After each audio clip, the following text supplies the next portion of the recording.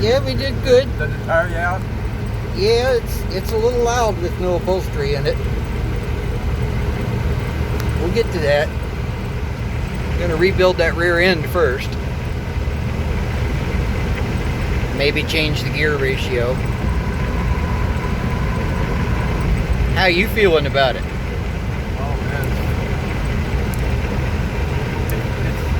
it's positive. You touch that and it's moving that way and that way. It's no slack in that steering at all. Well, yeah.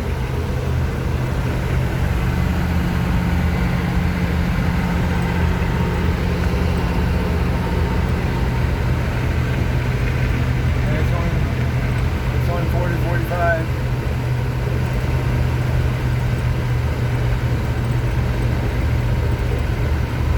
So how's it feel to drive it for the first time in almost 40 years? Feels like a coming out party. Yeah? Well, we just stopped at the bank. We can get you a hoochie mama. I think they'll be throwing themselves at you like frisbees. Go.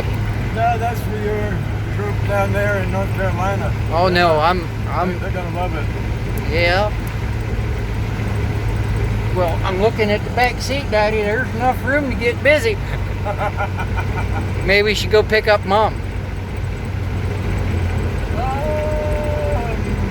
Yeah, we could.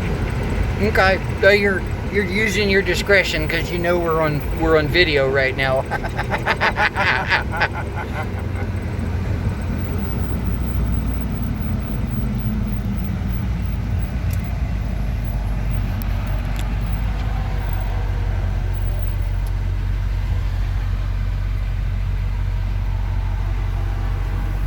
Oh, it is so cool.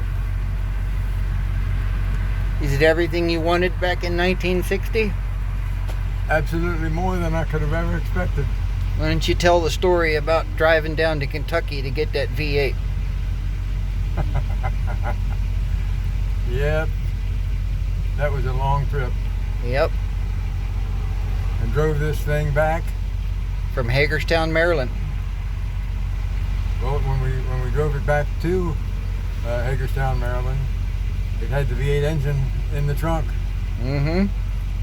tied in. The car was sitting like this. I'll bet. Never got to use that engine, did you? Nope. I don't even know what we did with it. Well, Probably gave it to the people over at this craft shop. why don't you tell everybody what you did to that 6-cylinder that was in it originally?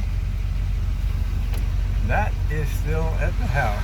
Yep. Tell everybody the modifications you made to it. Oh, that. Yeah.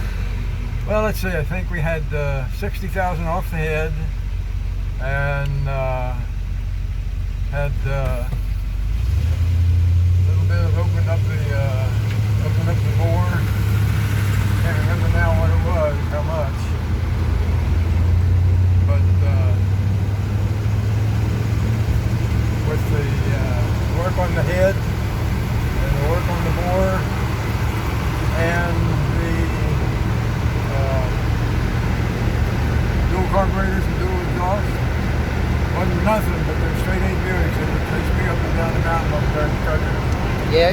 You used to race up the mountains in Frederick, Maryland, didn't you? That's right. Get out on that straight stretch and get in front of them when they downshifted, and then they couldn't pass you again.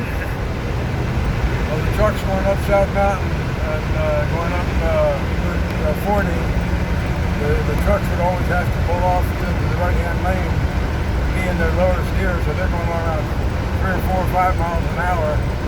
They always had to stop, slow down for one of them until they got their position squared away. And then you could pull out when we got the passing lane open, pull out, get your position in front of that truck. There wasn't anything but the Buicks to keep up with me, with the torque and everything else. So your little flathead 6 going up the mountains would outrun anything but a straight 8 Buick. Everything but a straight 8 Buick. That's not the only thing that couldn't, that out toward me on the mountain. So how do you feel about having the V8 in here now that you wanted back in 1960? Dream come true. Dream come true. That's awesome. That's the